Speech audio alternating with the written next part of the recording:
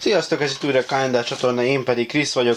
A mai videóban kicsomagoljuk a Hamának egy termékét, ami nem más, mint egy mikrofon.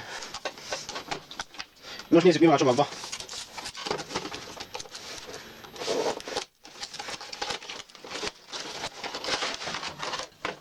A csomagban találunk egy garanciajegyet, egy leírás, mindenféle nyelven, még magyarul is használati útmutató. A csomag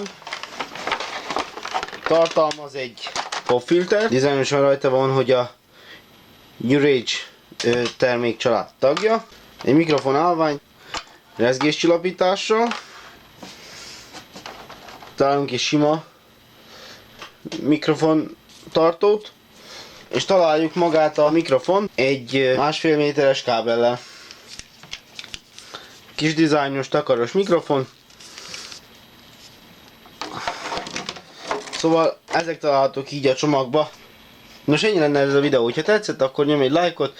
Ha még nem iratkoztál fel a csatornára, akkor most megteheted, hogy ne maradjál le a későbbi tartalmakról. Sziasztok!